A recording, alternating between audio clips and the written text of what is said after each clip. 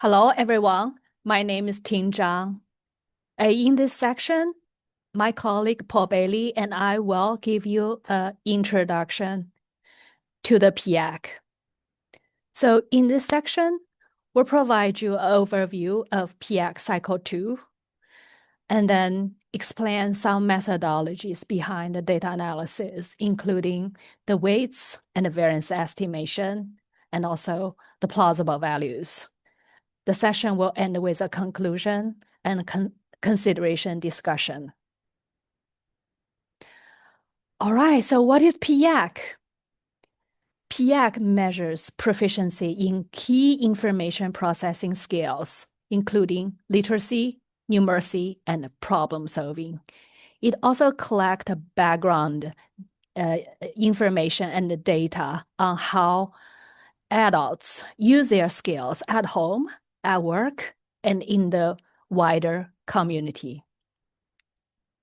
So the cycle 2 is the second major waves of the PIAAC. The data was collected around 2022 to 2023. About 31 countries and economies participated in cycle 2. And here is the participating countries in and economies. All right, let's talk about some key features of this cycle 2. Cycle 2 differs from cycle 1 in different ways. First of all, among the 3 domains it assesses, the adaptive problem solving is new and should not be compared with a cycle 1. Second, the mode has changed. Cycle 2 is fully digital, while cycle 1 is hybrid, meaning some are paper-based and some are digital-based. This creates a mode effect between the cycles. So if you want to compare cycle 1 with cycle 2, a linking error need to be incorporated in your analysis.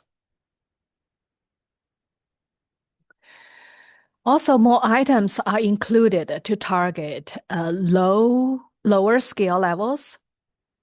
This improved the precision for low-scale proficiency estimation. And the sample also slightly changed. Some countries, including the USA, extended the age from 16 to 65 to 16 to 74.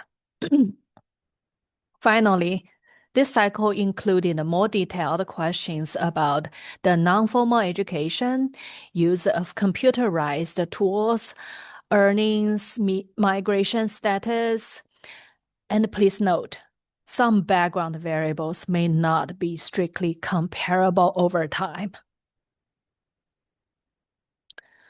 All right, so the assessment domains, again, as we mentioned, it assesses 3 domains: literacy, numeracy, and adaptive problem solving. And in this slides, you can find the definition of each domain and the item formats, response mode, and whether it can be compared with cycle 1.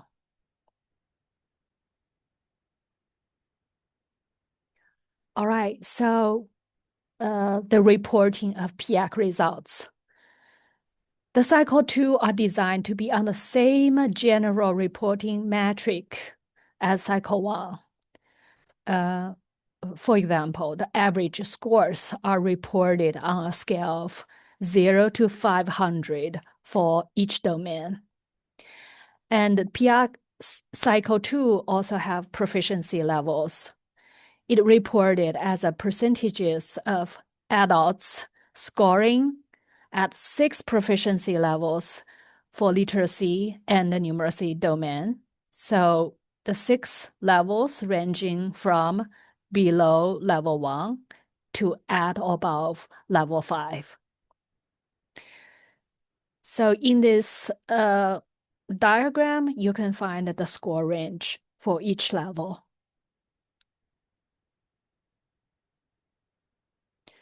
All right, so how to use the PIAAC data? Here are some examples of how researchers use the data to do a variety of reporting.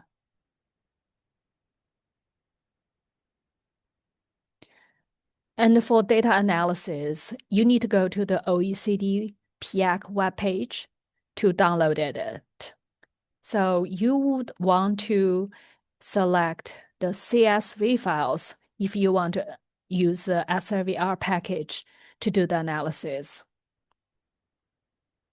So next, I'm going to have my colleague Paul to talk about the sampling weights and variance estimation.